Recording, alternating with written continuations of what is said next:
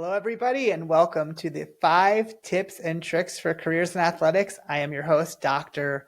Morey Mossovitz, with my charismatic and beautiful co-host, Jen Albanese. Jen. Hello, sir. How are you today? Back. I'm doing good. What a nice intro. Gosh, I must have stepped it up the way I look today. No, I feel like I always give you a nice intro lead in. You do. You're a very good introduction. You're very good at starting us off. It's great. I appreciate that.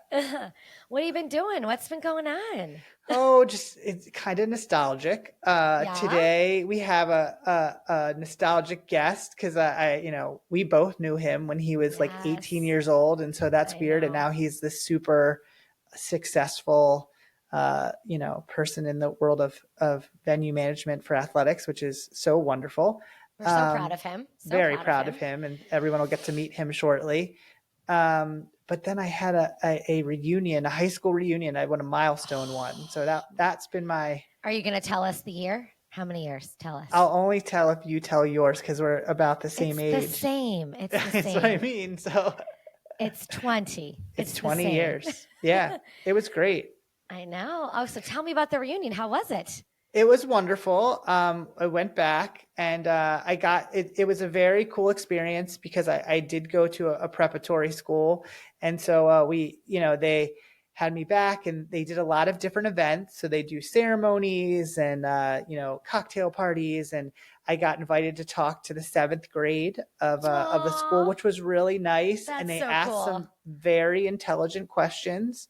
Oh, so that's good. It was very nice. And so it was an experience. My wife got to experience some of the things that happened in college. And she definitely said that her experience in high school was very different than my high school experience, which I appreciate. She had a lot of... Everybody's experience is different. Everybody has different high school experience. I'm pretty sure she talked to you a couple of times about the apparel changes that we had to do. I was going to bring it up and see how the outfits decisions worked out because, you had different events and how you coordinated. So how did that work out? Everything was good? I thought it was perfectly fine. I know she called you and said she felt like she was going to a wedding because we changed about 4 times. There was a lot of dress code requirements. So, I just wanted to make sure, all fashion was on point. On my side, I was very comfortable. Not physically comfortable, but mentally comfortable in what I was wearing. There you go. Perfect.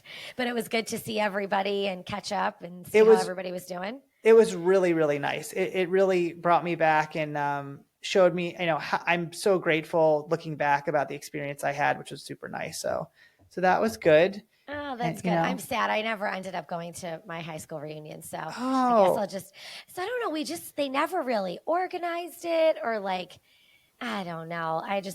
I still keep in touch with some people from high school, so that's okay. But I never ended up going or we never did something. But this is what you and Father Chris need to plan the next one. That way you would know that it would be taken care of. We're both very good at things like that. So I know. That's why I feel like, could do it. But I would come to that reunion if you and Father Chris organized it. I feel like that would be a draw. We would have fun. We have a great place to have it, a nice place called Vito's. And shout out to our father-in-law's restaurant. So good. So good. We'll think about that. Maybe for 30. Let's not rush that. No, 25 is a big one. Is it really? 25 is a big milestone one. It's all the 5 years. We even talked about it with the group of guys that I was with. We really have to step it up for 25. That it's cool. So that's one of the goals is that we're all trying to reach out and. All right. Well, in my spare time, I'll just plan a 25-year reunion. No big deal. You do see people more from time to time. I'm a little bit more distant, so I feel like it was super nostalgic. Well, that's good. I'm glad that you went and had a good time, and all the outfits worked out. That was really all we wanted to make sure of. But that was less of a problem for me than for others. But it's good. I enjoyed my experience. Good. Well, I'm glad. Well, this is great. All right. Well, I'm excited to continue all this nostalgic talk and get to talk to Jack soon. So yeah, super great guy to have on, and we're looking forward to him. And we'll see him when we get back from the break. So see everyone when we get back. If you're enjoying this podcast, please follow us on your favorite podcast streaming service. The 5 Tips and Tricks podcast is a part of Athletic Career Consulting, a group focused on educating and guiding high school and college students looking towards careers in athletics. To find out more, go to our website at www.athcareer.com. That's ATHCAREER.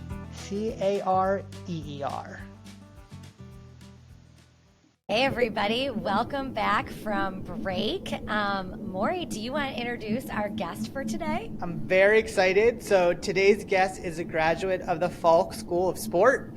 He started his career in athletic venue and facilities operation as a labor and then student operations staff member at the Carrier Dome, as well as a lead Cuse Crew member. Since then, he has propelled his career across the country, having roles at the Fargo Dome, CFE Arena at UCF, Atlanta State Farm Arena, Vegas Allegiant Stadium, and now he has been selected as the inaugural Director of Operations for the Clippers Intuit Dome.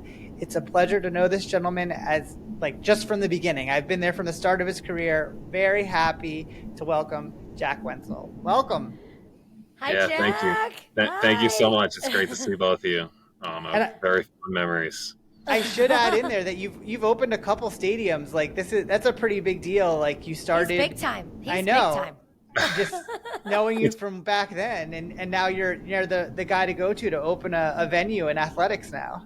No, it's becoming a niche. I didn't necessarily set out to be the building opening guy, but it's definitely now a market that I'm trying to corner. He's come so far from Cuse Crew. I'm so proud of you, Jack. No, I like to say I mean, Morey's the founding father, but I was amongst that group. No, we know who the founding people are out there. It was not me. You're making us sound old, Jack. You can't make us sound old. there is some feelings of nostalgia right now, so I will not disagree with that. Well, for both of us then. Yeah. Perfect. This is awesome. Well, Jack, so obviously on the podcast, we talk the 5 tips and tricks. So I'm going to turn it over to you. What is your first tip for our listeners? Number one is, I'll sum it up with get experience early. So we've already referenced it. I was a college student. I came in as an 18-year-old the fall of 2010 and had a work-study grant. So part of my financial aid package to be able to afford a great private school like Syracuse was to have a work-study, financial aid package. And what I did, I think it was the very first week or so, was find my advisor for sport management. She's since retired, so I won't drop that name. But, went into her office and said, all right, I have this. Where can I start working? My first ever job doing anything was cleaning golf carts and parking them at a 36-hole golf facility near my home. And so I was always working in sports. My dad was actually a college athletic administrator.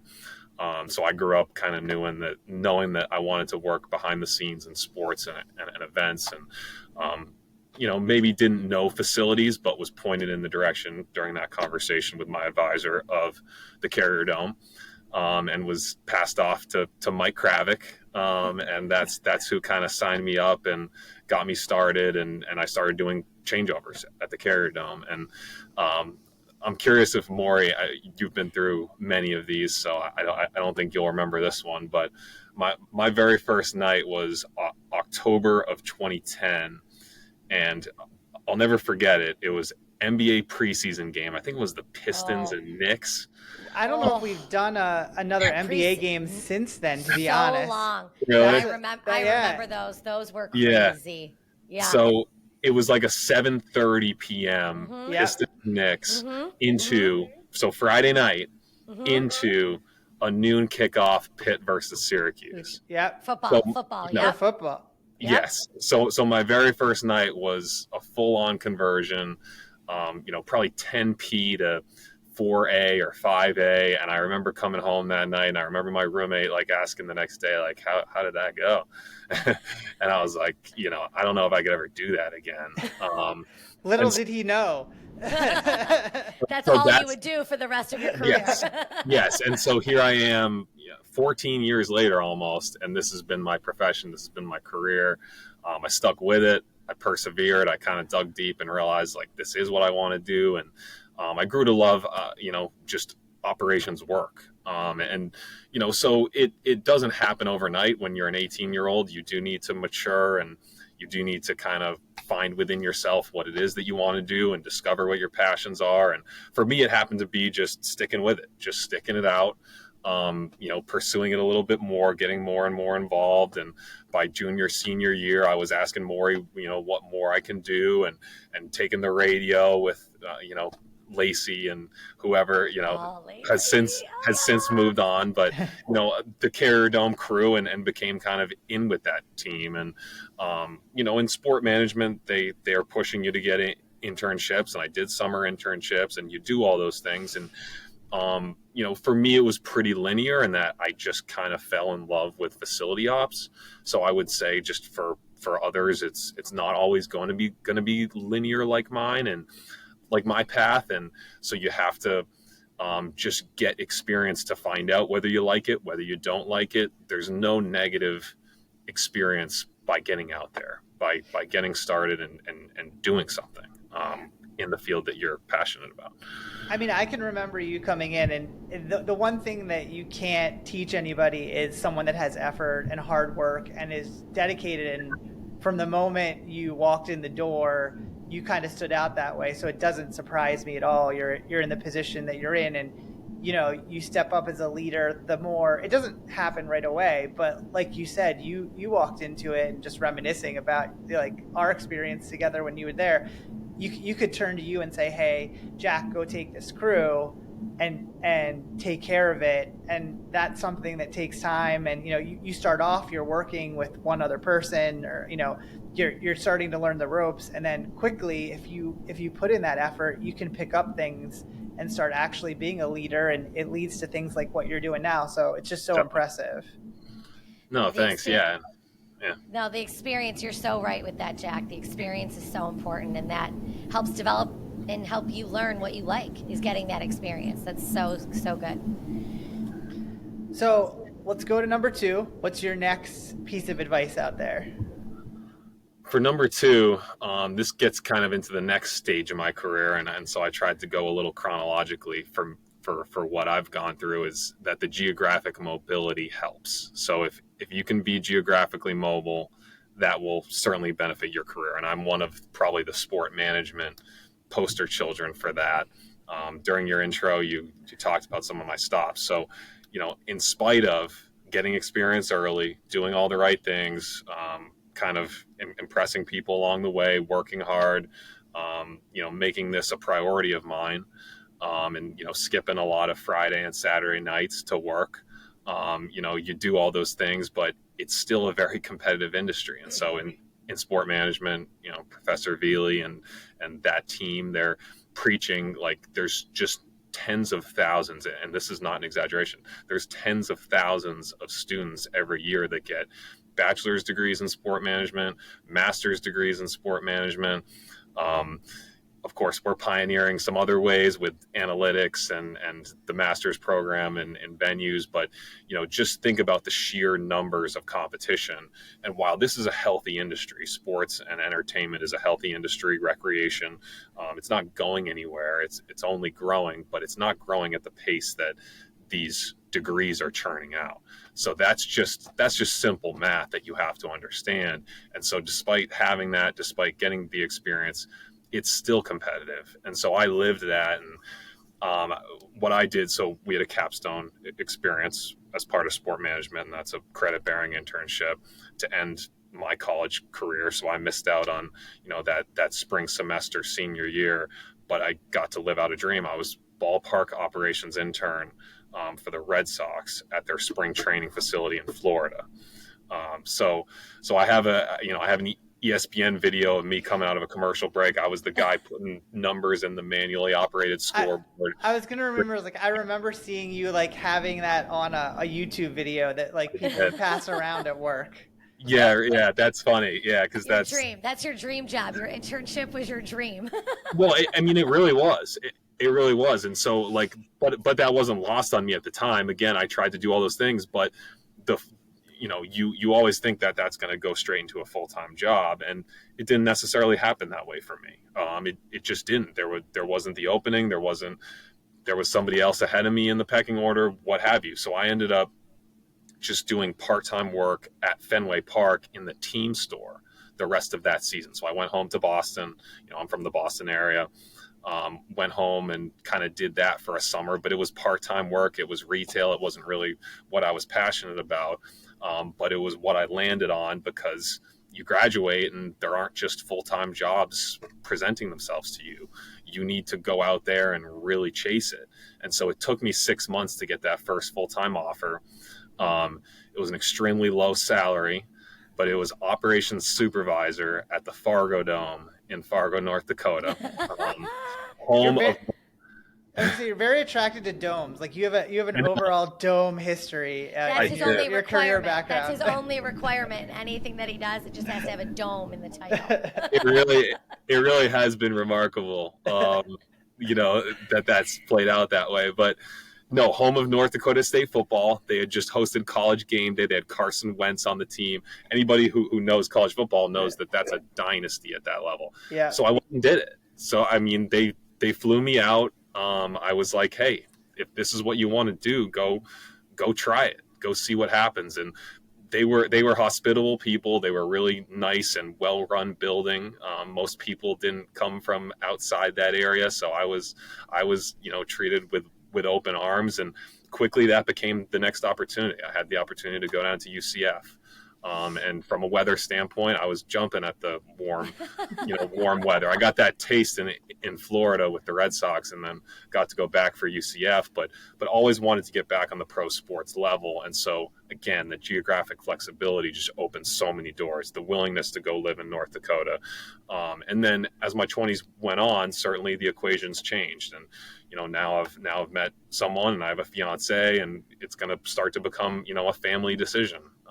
Eventually. And so everyone's going to have unique circumstances, but certainly when you're younger and less of those dynamics are in play, you're going to open a ton of doors by being geographically flexible. And so, the next jump, the big jump was, Orlando to Atlanta, then out to Vegas. So I've now spent 4 years on the West Coast, and that's a long way. The 3-hour difference is still a challenge, talking to my parents, coordinating calls and things like that, but the lifestyle also fits me here, and I like this here. And you weigh those things, and everyone's going to make individual choices, but as much as you can allow that, a ton of doors have opened for me by being geographically flexible. Well, first of all, we should have said off air, but congratulations. I meant to say that at the beginning because I did see you post it. Oh, okay. Thank you. Yeah. And then also, I just to think about talking about this whole idea of being flexible, like you're seeing the resumes, like you're hiring people, like you said, you have the choice of across country, anywhere to grab people from. So you have to separate, like you said, separate yourself out and be willing to put yourself out there, because if you just get stuck to one area, that doesn't mean it's going to happen for you. Again, competition. It's smaller pool, pool that you're playing in.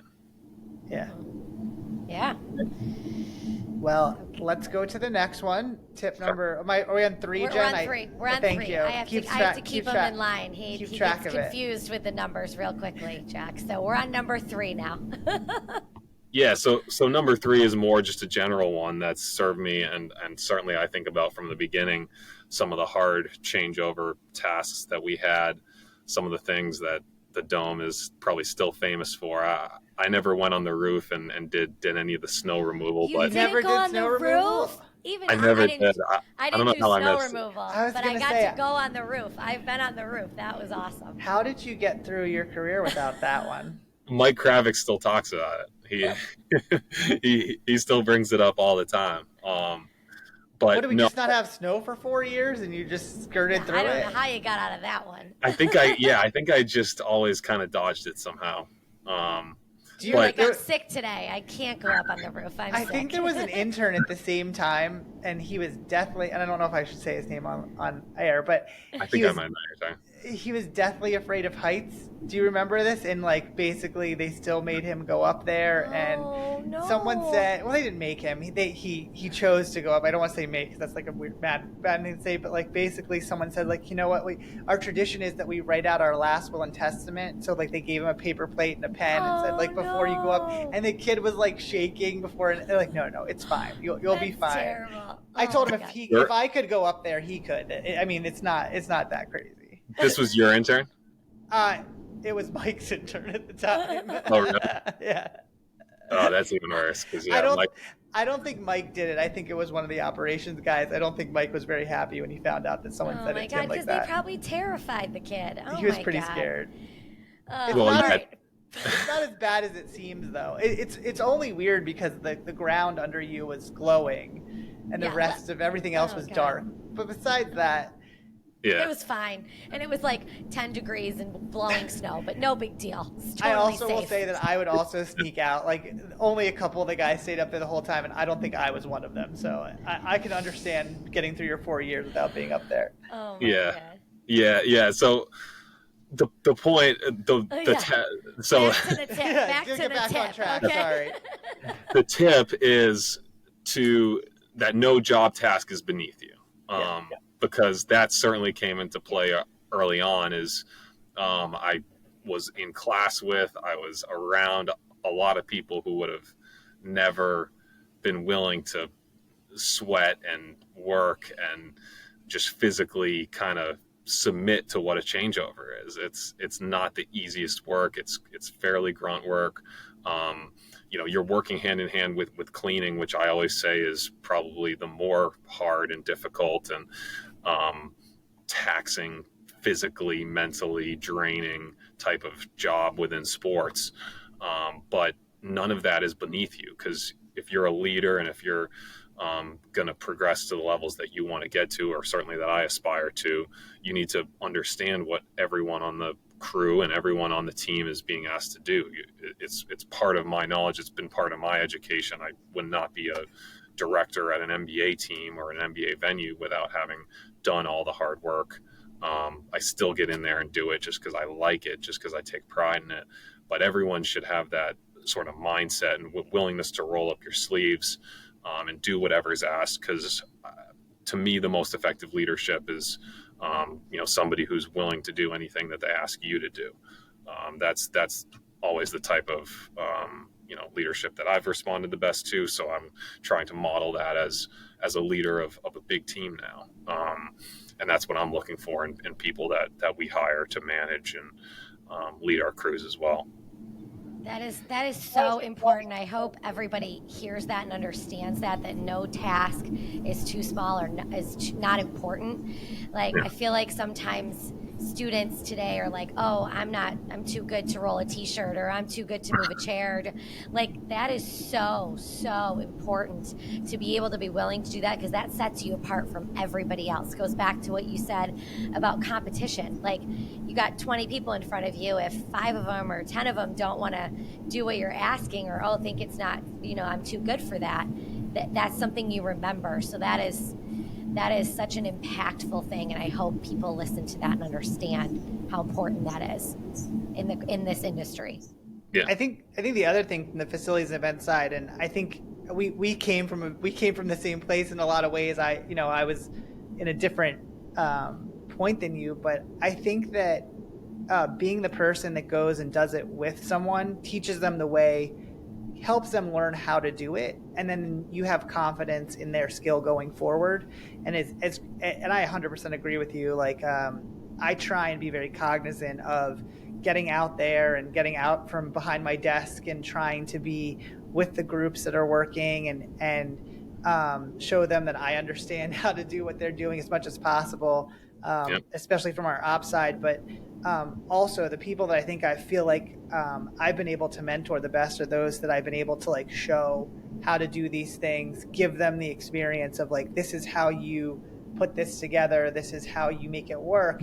And sometimes I learn from them too. They say, well, what if we did it this way, and you adjust it, and you have to be humble enough to know when, oh yeah, that's a good idea, and work with them. But it definitely bonds you. It grows. It it makes everybody a little bit better. So just great advice. No, thanks. And yeah, it's so simple to put forth effort, but it goes such a long way. And yeah, it ties to humility. Because yeah, it's an industry. It's a people industry first. The more you get through it, and that's I think a lot of people get out into work, and I can't speak for any other industry or discipline. I've been focused on one, but I know this is mostly facility operations is mostly repeated tasks, mostly pretty straightforward type of tasks and troubleshooting that does require some experience and to see it, but it's communication, it's humility, and just being on the same page and being willing to, do whatever's asked. Awesome. Well said. So we're going to go to number four, fourth tip. Four. Yeah, so I really like 4. This is a strong penultimate tip. It's that your networks. So networking is a big deal, and it's talked a lot about on college campuses. And what I'm going to summarize this into is your network is important. It matters, and your performance is your reputation. So networking in the traditional sense, I think a lot of people think of being at some type of mixer, or it can be like a cocktail hour or something like that, and business cards are starting to go away, but you're exchanging business LinkedIn cards or you're adding a bunch of people on LinkedIn, or you're doing an elevator pitch, and I know even in sport management we had a lot of speaker series, and for us, you could kind of picture the scene of like everybody lining up to talk to the agent or talk to Mike Tirico or, one of those things. And you're like, I don't know, that doesn't really connect with who I am, or why is that going to matter in my career? Like, why does it matter that I'm going to go, like that pie in the sky idea of like, I'm going to go pitch, how much I want this to some executive, and they're just going to roll out the red carpet. It doesn't quite work like that for most people. But what networking matters, and what your network does matter, is just the way that you treat people, number one, the way that you work and your job performance, number two. That carries weight over the long term. And there are a lot of people, especially at a place like Syracuse and in sport management, that you will end up seeing again, that you will end up coming across, and all those relationships and all those impressions that you make matter and will make a definite difference. And for me, the best example is, just recently getting this job in January and being chosen as director of ops at this state-of-the-art new NBA facility. My VP came from Brooklyn. He was with the Brooklyn Nets in their building for a long time, the Barclays Center, and he worked with somebody that I was working with in Las Vegas at Allegiant Stadium. He makes that call when he sees my resume and says, "Hey, what do you know about Jack?" And I got that positive review because I've worked well with the gentleman who gave that review. And those types of things, happen all the time. And then when I get here and I'm the director and I'm building out my team, I pretty much, given some of my experiences across the country in the Southeast and the West, in the Northeast where I'm from, all those experiences have built a network where I can pretty much look at most resumes and know somebody through LinkedIn or just through connections. I can almost get a review of every single candidate that I'm taking seriously. And so when you get in that position, you're like, this is why it's so important. I get mostly thumbs up, but when you get the thumbs down, that's an easy way to rule somebody out. And it can be as simple as, your personality rubs somebody the wrong way. You had a bad night or a bad day or a bad month or whatever. But all those, the way you treat people, the impression you leave on people, the work performance that you put forth, that is now part of your professional reputation. And over time in this small industry, especially, I've worked in 2 NBA buildings now and an NFL building. those are pretty small pools. There's not a ton of people that have done those jobs. So, chances are your network is gonna come through for you or work against you if you're planting kind of negativity or bad seeds. So I think that's, to me, what really, 10 years into my career plus, that's what kind of sticks with me is in school. Like, don't think of networking as just sort of this traditional surface level type of interaction. It's much, much deeper and more long term than that. And if you take that long game type of viewpoint, then it can really work for you. And you guys know we referenced it before getting on air. I think just that I ended up with Mike Kravick, who was the person that first gave me the job. I ended up back with him in Las Vegas 10 years later. 10 years exactly later, a decade later, we reconvened as part of the opening team at Allegiant Stadium after being part of the Carrier Dome. So those things just, they happen, and you're going to be shocked by them, and it's going to feel like such a small world, improbable type of moment. But that's what this industry can be if you commit to sticking with it.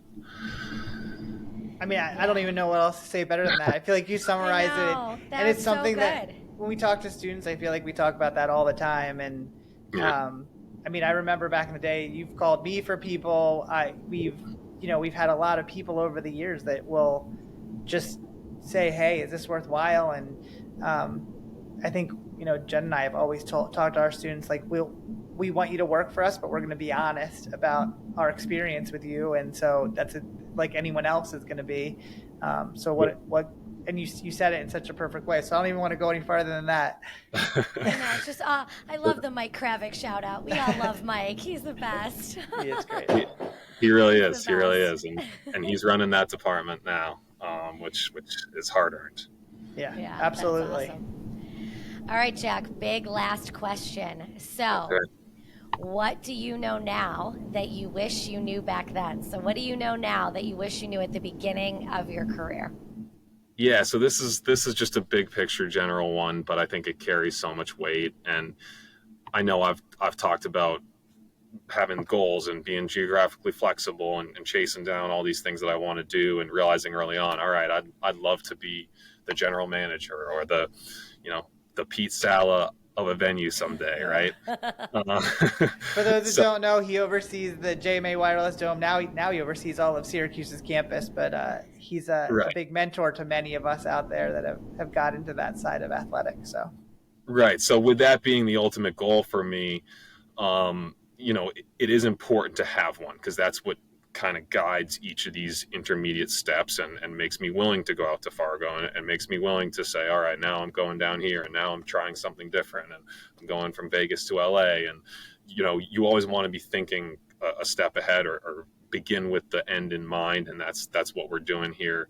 That's what my career is kind of guided by, but you also can't be so obsessed with that you're not enjoying the journey, because that is so far off. And really, ultimately, you got to enjoy every day getting up and doing it. You got to enjoy what that entails. You don't want to be looking around comparing yourself to your peers, your friends, your colleagues.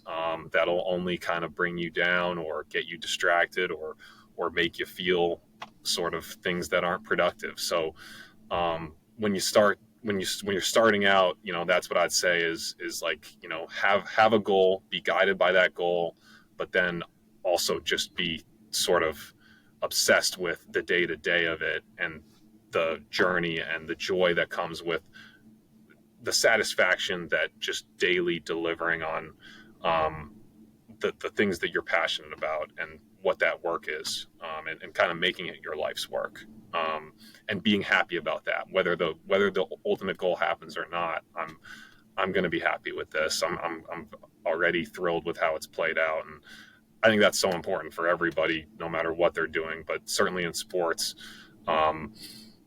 we do this for a reason. There's plenty of reasons to get stressed out or to look around and say like, man, I put so much time into this, but you can get up and do anything, you want. You can switch careers. You can choose to do anything, like be present, enjoy the events that you do, their memories.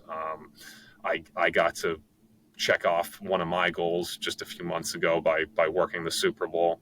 So awesome. And yeah. Did you so see that Taylor was Swift? Did you see Taylor Swift?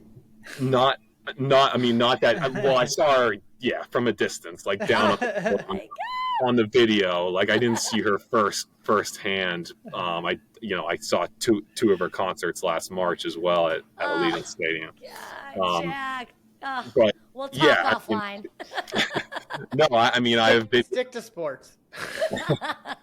I had videos on my phone of seeing, the final play of a Super Bowl be decided. Awesome.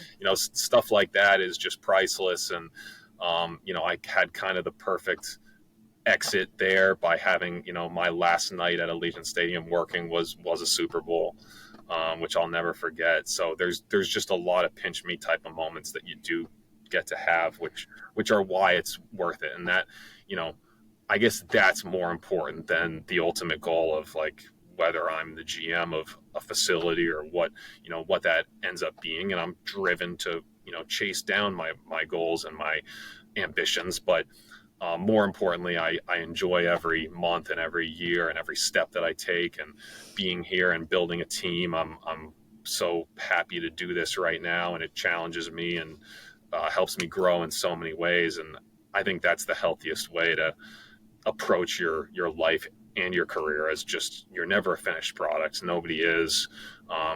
When you reach that goal, when I reach that goal, I know I won't be a finished product. I know I'll still be working on things, but I'll take a ton of pride in helping others along that same journey.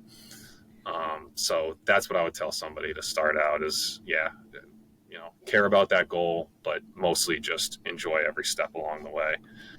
Well, you gotta love what you do. You gotta love what you do. I'm a very small part of but you're one of the ones I'm super proud about every time I see you. And I think you're my go-to for recommending kids that are interested in this field that come from Syracuse. There's been many people that I have said, hey, this is the guy you need to talk to. He'll give you what it is, and that's because you do such a great job, and it only shows in that people just keep finding you and building you up, and you're going to you're doing amazing things now, and you're going to continue to do amazing things, and we're just so happy that we've been able to be around you. So thank you for doing this for us. You should be so proud of yourself, Jack. This is awesome.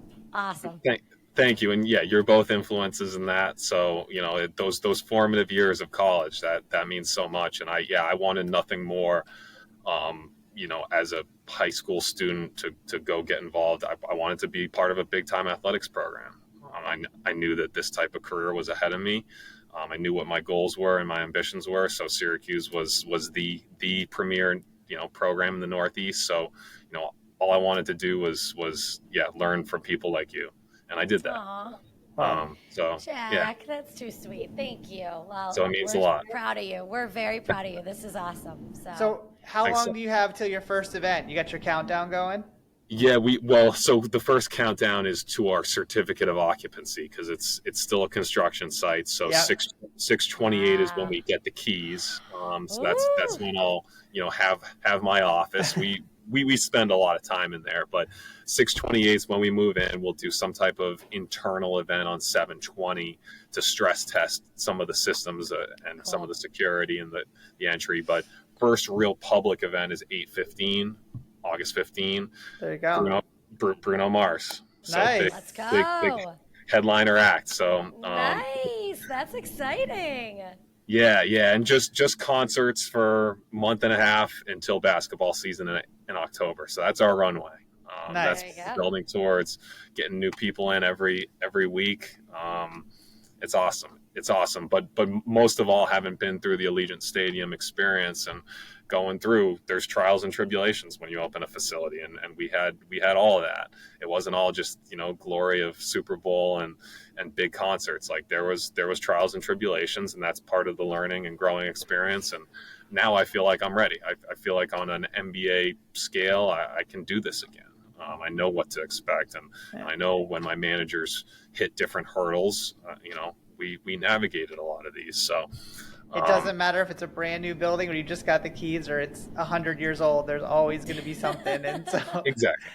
So keep that mindset in mind. You guys are getting great acclaim. I know people are really excited to get into it, and when I saw that you went there, I said, oh, they already got a good staff going, so they're going to be in good shape.